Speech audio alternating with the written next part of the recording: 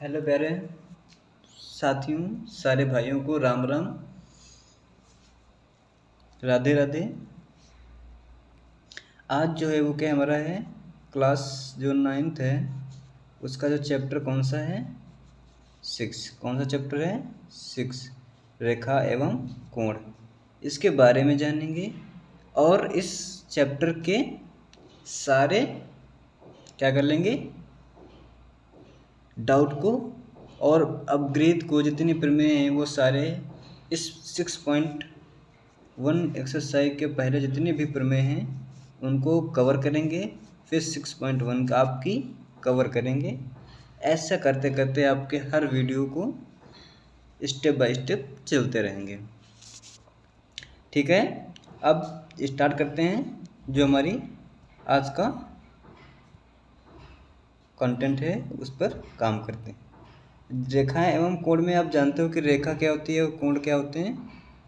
ठीक है, बात करें तो ये रेखा है।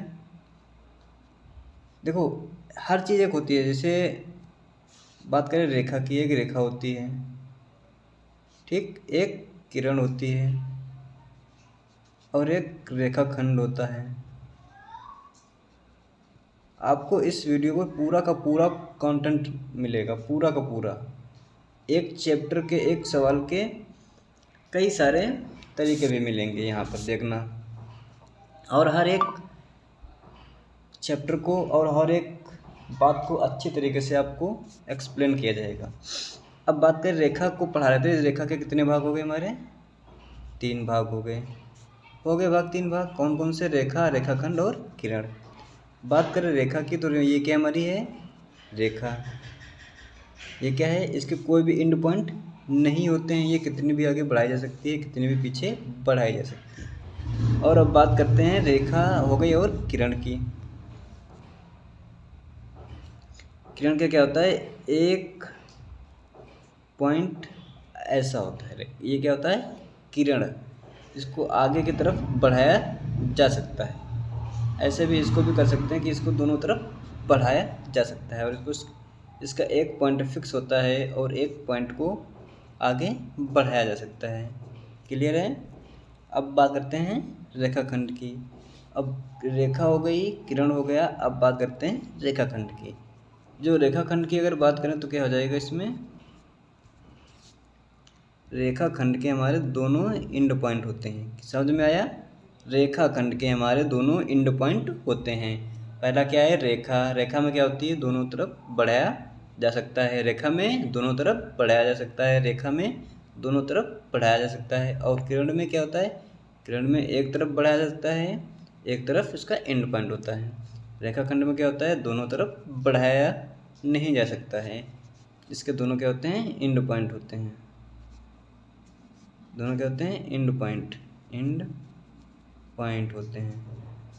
ठीक है, इसके दोनों एंड पॉइंट होते हैं। इसके एक ही पॉइंट बताइए, किरण के एक पॉइंट एंड होता है, एक तरफ बढ़ाया जा सकता है। रेखा का दोनों तरफ बढ़ाया जा सकता है, रेखाखंड का दोनों एंड पॉइंट होते हैं। किरण का एक तरफ बढ़ाया जाता है, एक तरफ नहीं बढ़ाया जा सकता। इतना क्लियर हो गया आपका। चलिए अब बात करते हैं कोण पर। एक तो रेखा हो गया, दूसरा हमारा क्या हो गया, कोण। अब कोण तो सभी जानते हो, कोण कितने होते हैं वो आगे भी जानेंगे। पहले जानते हैं कोण क्या है। कैसे भी बना दो, और दो रेखाओं के बीच जो हमारा, दो रेखाखंडों के बीच क्या बनता है, कोण बनता है। जैसे कितना बना, कुछ भी हो जिसका कोई मान 90 डिग्री बन गया, रेखा भी हो सकती है, रेखाखंड भी हो सकता है, कुछ भी हो सकता है। ये नहीं कि सिर्फ किरण ही हो, ये तो दोनों रेखाएं होंगी, इनके मध्य भी कोण आपका कुछ ना कुछ बनेगा, इनके मध्य भी कुछ ना कुछ कोण बनेगा। ये क्या हमारे हो गए, कोण हो गए। ठीक है, क्या हमारे हो गए, कोण हो गए। आपको अगर कोण के कितने टाइप है जरा वो देख लेते हैं। पहला कौन सा है, न्यून कोण। कौन सा है, न्यून कोण। अर्थात इसका मान देखो, 0 से क्या होगा तो बड़ा होगा, और 90 से हमारा छोटा होगा। देखो 90 से 90 कहाँ जा रहा था, 90 तो यहाँ पर जाता हमारा, जाता कि नहीं जाता, बट उससे क्या हमारा है थोड़ा छोटा है ये कितना होगा, लगभग 60 तरफ जाएगा। ठीक है, इसी प्रकार एक न्यून कोण हो गया। दूसरा समकोण। समकोण क्या होता है, वो पूरा का पूरा 90 डिग्री होता है, पूरा का पूरा 90 डिग्री। इसको अगर ऐसे कर देंगे तो न्यून कोण, इसको ऐसे कर देंगे तो अधिक कोण बन जाता है। समझ में आया कि क्या समकोण समझ में? समकोण मतलब 90 डिग्री, न्यून कोण मतलब 60 डिग्री। अब बात करते हैं अधिक कोण की।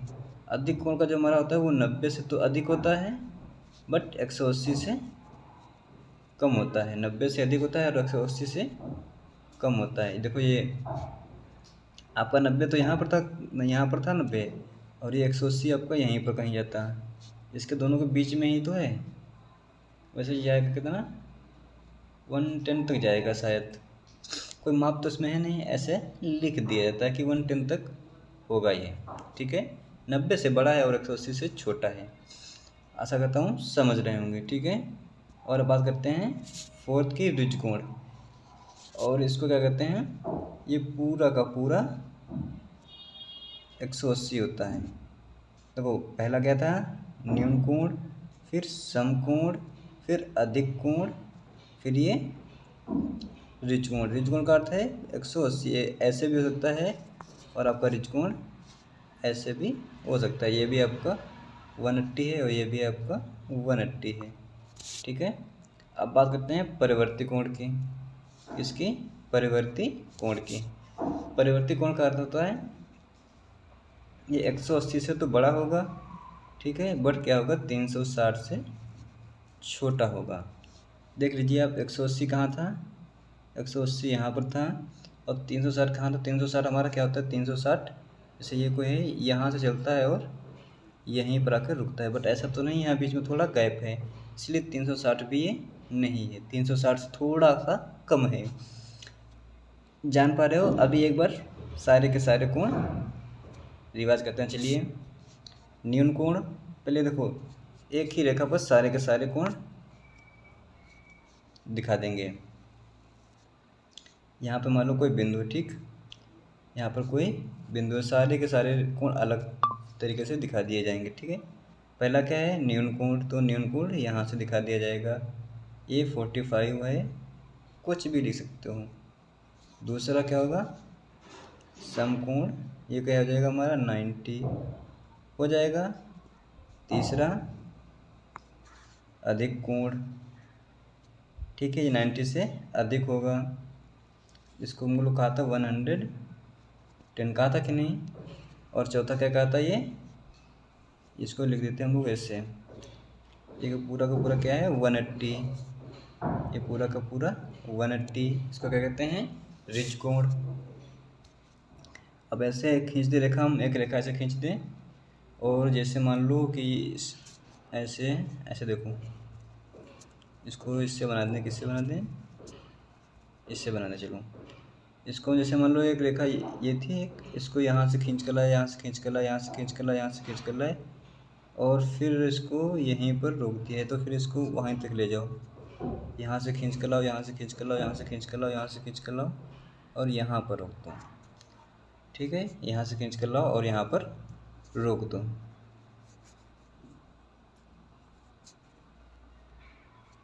ठीक है, इतना हो गया काम। अब क्या करते हैं, ये क्या हमारा हो गया, पहला क्या न्यून कोण, दूसरा कोण समकोण, तीसरा अधिक कोण, ये रिज कोण, और ये परिवर्ती कोण। क्या हो जाए हमारा परिवर्ती।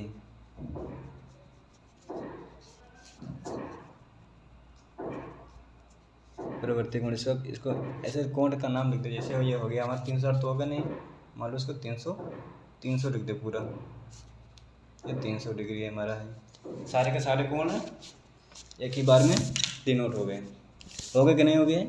चलिए बोलिए पहला कौन सा है। देखिए पहला न्यून कोण, ये जा रहा हमारा पहला न्यून कोण।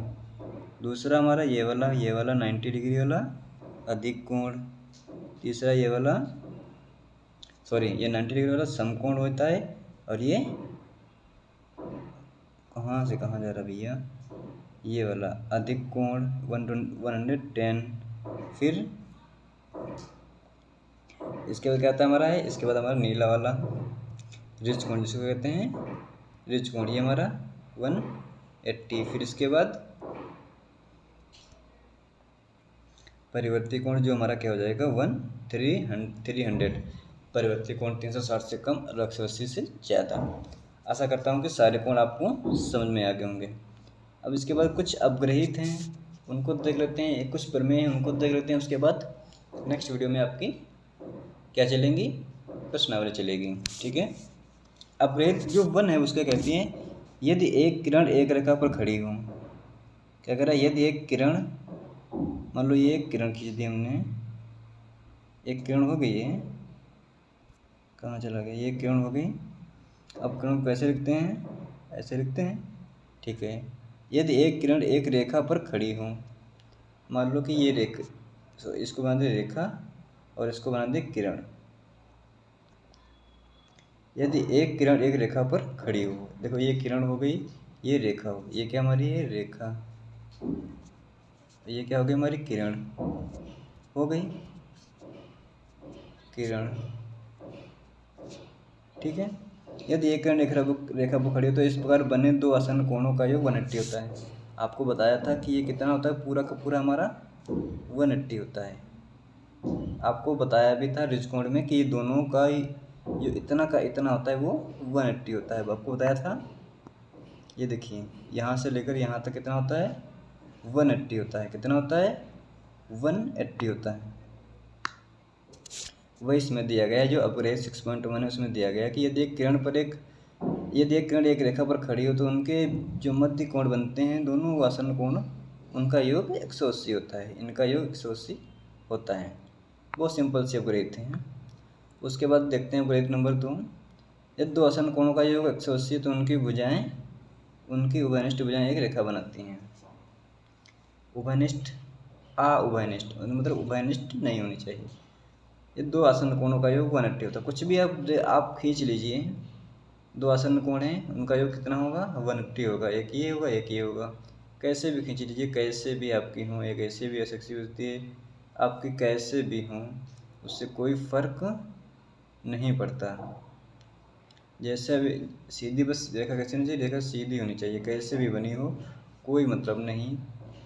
अगर उनका योग 180 है, दोनों कोणों का योग कितना है 180 है, तो उनकी उभयनिष्ठ भुजाएं एक रेखा बनाती हैं। एक रेखा बनाती हैं।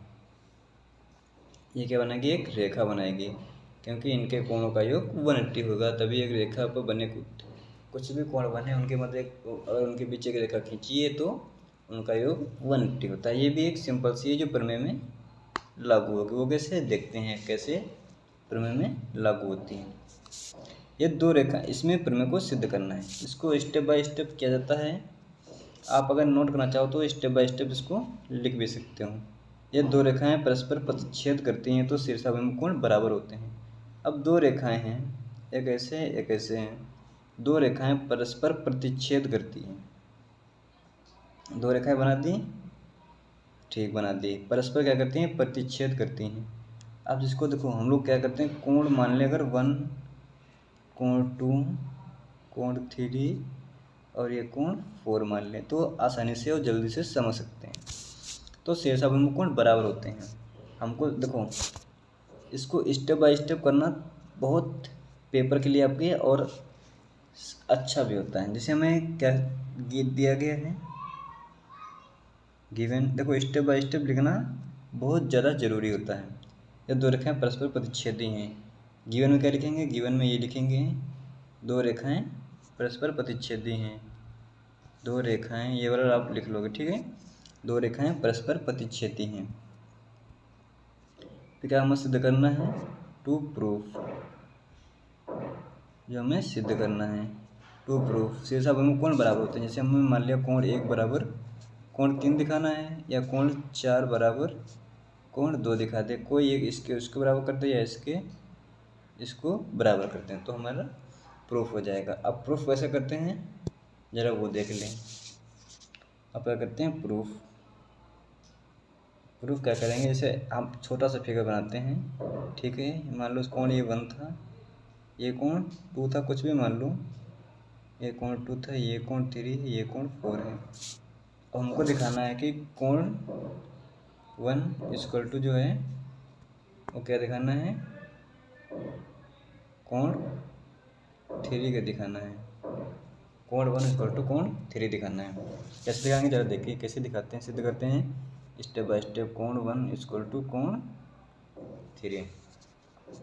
आपने देखा कि एक रेखा है, अभी अपग्रेड पड़ी थी कि एक रेखा पर कुछ भी कोण बनता है उनका योग कितना होता है, 180 होता है। ये कोण 1 हो गया, ये कोण 2 हो गया, ये वाला देखिए, ये कोण 1 ये कोण 2 एक रेखा है, इनके कोण का बीच कितना होगा, 180, अर्थात कोण 1 प्लस कोण 2 इक्वल टू 180। समीकरण नंबर 1 लिख देंगे।